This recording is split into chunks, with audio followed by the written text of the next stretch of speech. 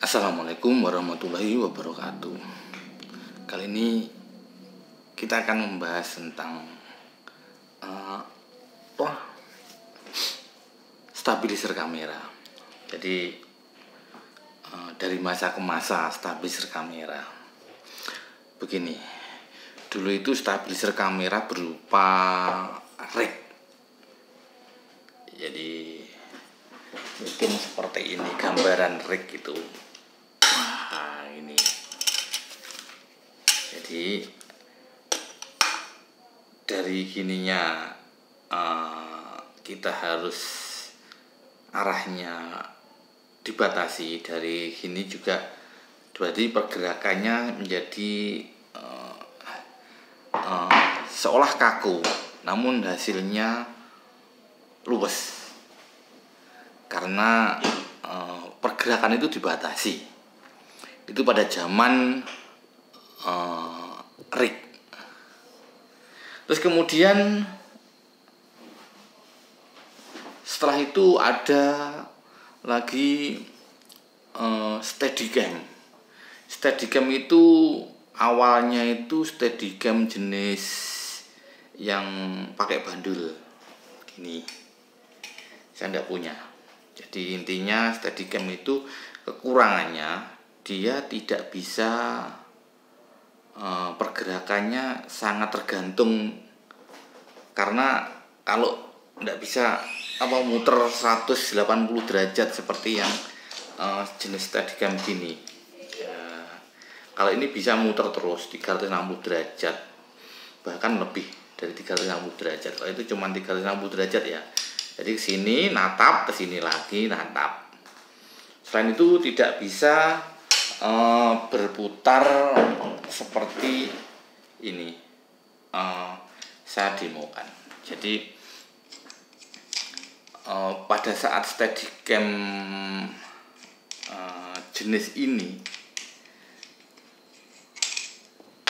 itu masih terpakai. Sekarang sudah tidak terpakai, guys. Karena stabilizer itu sekarang ini yang manual, yang jenis Steadicam gimbal manual, yang hanya mengandalkan bearing atau klaker, sehingga kelembutan pergerakan itu sangat tergantung dari kelicinan si klaker tersebut.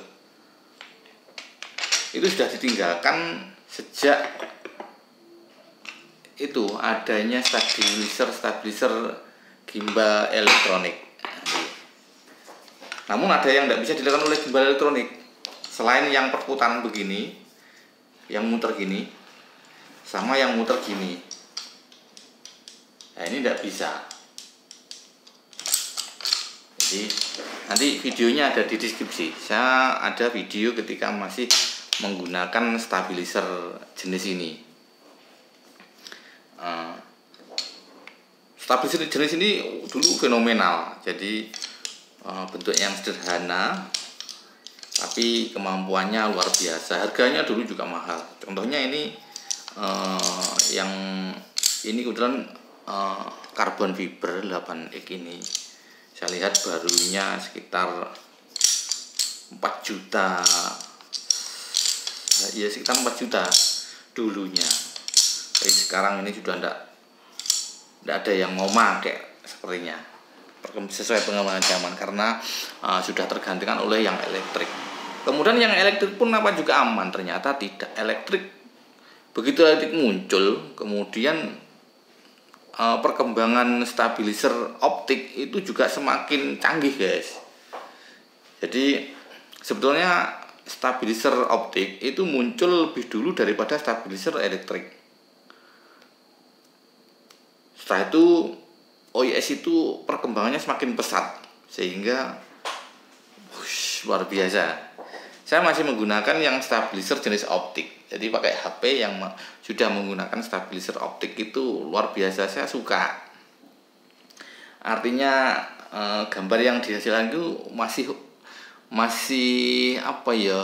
natural, lazim. Masih lazim, natural, ada liarnya. Jadi saya masih seneng. Terus kemudian setelah itu muncul ada lagi stabilizer yang firmware. Oh iya, sekarang hampir semua HP itu yang harganya di atas 2 juta itu sudah mendapatkan stabilizer yang firmware. Jadi stabilizer firmware itu begini konsepnya.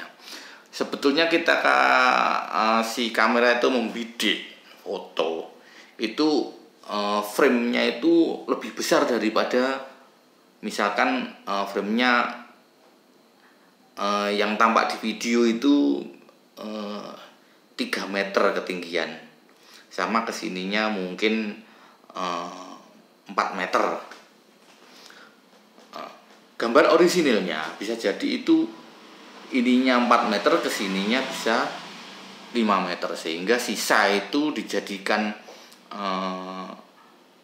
dipangkas, sama seperti stabilizer editing video itu loh. Jadi framenya yang dikecilkan sehingga ada stand untuk noto framenya kanan kiri sehingga gambarnya bisa stabil. Jadi stabilizer firmware itu stabilizer yang diterapkan seperti halnya stabilizer di editing video, yang semula gambarnya goyang gini akhirnya bisa lembut. Namun kekurangan itu jadi kalau tidak resolusinya tinggi itu akan mengurangi kualitas gambar. Dan karena ada proses sehingga menurutku frame rate-nya jadi drop. Nggak bisa live langsung 60 frame per detik gitu. Kalau nggak prosesornya sangat cepat mungkin nggak sanggup ya. Jadi itu speknya dibutuhkan spek yang tinggi. Jadi apakah stabilizer ke depan itu stabilizer manual seperti masih dipakai? Apakah stabilizer elektrik itu masih dipakai? Apakah stabilizer yang lensa itu masih dipakai? Ya enggak tahu, nanti pasar yang menentukan. Tapi yang jelas catatan sejarah selama ini firmware yang akan menang. Karena firmware bisa ngapa-ngapain, jadi sesuai idenya si pembuat. Jadi menurut saya kalau kita mengikuti perkembangan stabilizer kamera seperti tidak ada habisnya. Kira-kira prediksi saya nanti firmware yang akan menjadi jawara dari seluruh stabilizer, karena kita tidak harus membawa unit apapun kecuali si kamera itu sendiri. Kemudian kita tidak membutuhkan biaya yang cukup mahal untuk membeli teknologi stabilizer tersebut, dan kita memiliki fitur yang lumayan banyak selain hanya sekedar stabilizer.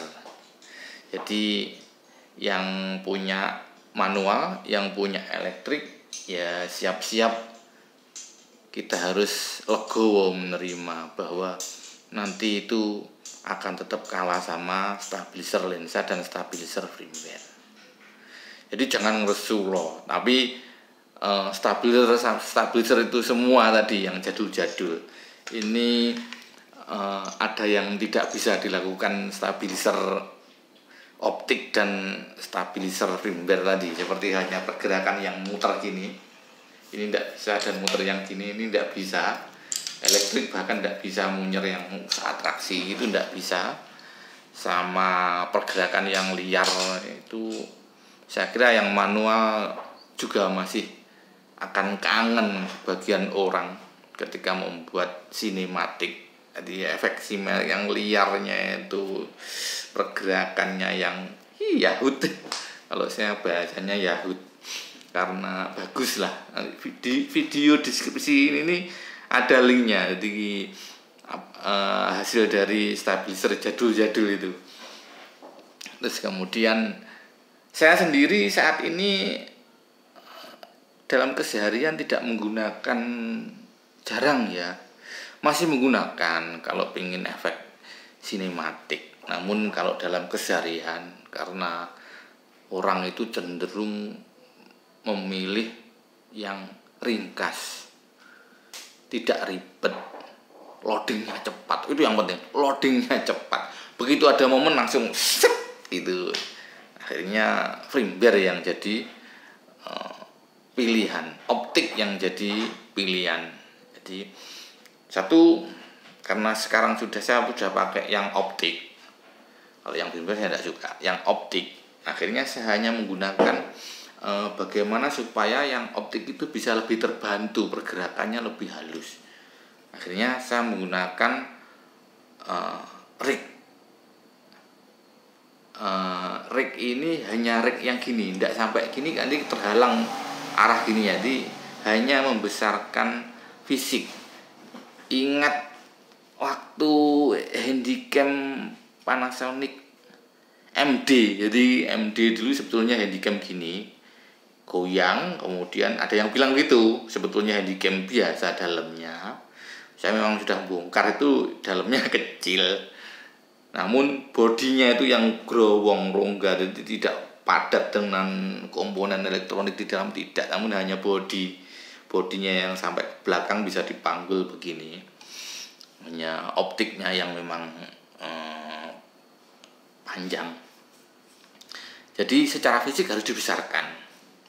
Jadi tinggal bawa HP kamera yang punya stabilizer optik, yang lebih natural itu optik. Jadi firmware saat ini hampir semua ada, tapi kalau terbantu dengan optik itu ada naturalnya. Optik, kemudian tinggal naruh ke sini, celak, sudah. Ini sangat membantu pergerakan, memperlambat pergerakan sehingga lebih stabil. Ini kemudian saya juga masih menggunakan yang crane. Ini Jeep crane. Konsepnya mirip Jeep crane. Jadi ketika ini itu dicancang, ini misalkan dalam sebuah acara, kita ndak kesel guys. Jadi tinggal kita cantolkan ke strap, kemudian ini kita letakkan di sabuknya. Ini bisa naik turun gini ketinggiannya, kita sesuaikan, terus baru ini kita bisa memainkan ini lebih stabil. Ya terus terang lebih stabil, dan kita tidak payah-payah. Itu kalau mungkin pas ada event. Dan saya masih menggunakan yang sampai saat ini masih suka, itu monopod. Jadi monopod itu bagi saya selain fungsi tongkat, dia juga fungsi stabilizer, fungsi tripod. Jadi saya masih menggunakan. Kalau tripod saya sudah jarang menggunakan ya, karena satu, tripod saya berat sekali. Tripod sebetulnya bagus tripodnya, tapi loadingnya terlalu lambat kalau tripod itu, karena kita harus membuka 6, 8, 9 kunci. Belum yang kuncinya di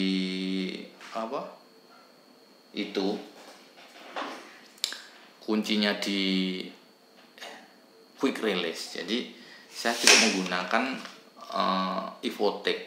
Evotech itu konstruksinya bagus. Jadi satu yang saya sukai dari Evotech, produk-produk Evotech itu mulai Mogupod, terus kemudian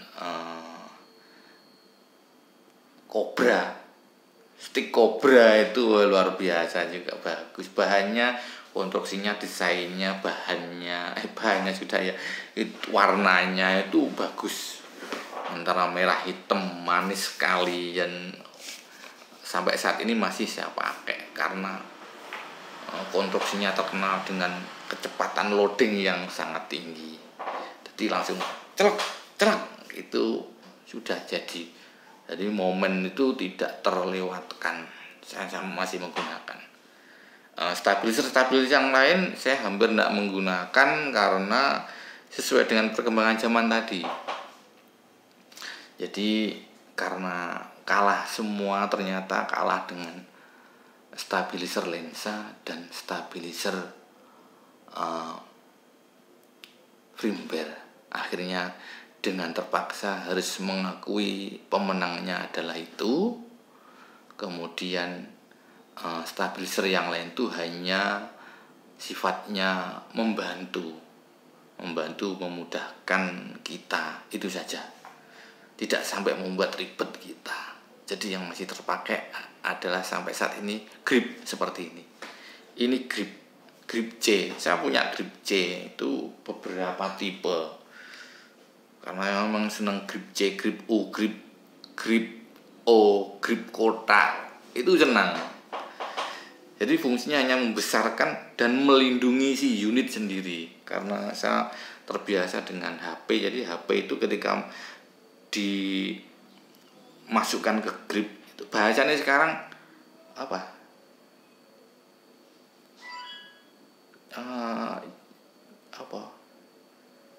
Gak tahu ya, grip. Saya lebih suka grip akhirnya.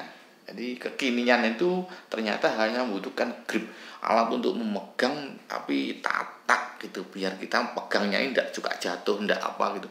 Hanya itu, sama mengandalkan optik dan firmware. Kira-kira seperti itu. Selamat tinggal stabilizer manual, selamat tinggal stabilizer elektrik, selamat datang stabilizer optik, stabilizer firmware, dan grip. Mudah-mudahan yang masih mempunyai koleksi itu legowo dan masih bisa menikmati itu semua dengan segala kelebihannya. Antara lain ya efek liarnya itu, kalau dipakai sinematik masih butuh, kalau dipakai sehari-hari sudah tidak zamannya, dipegang pun di batin orang. Kira-kira seperti itu. Mudah-mudahan review ini juga menginspirasi teman-teman semua. Assalamualaikum warahmatullahi wabarakatuh.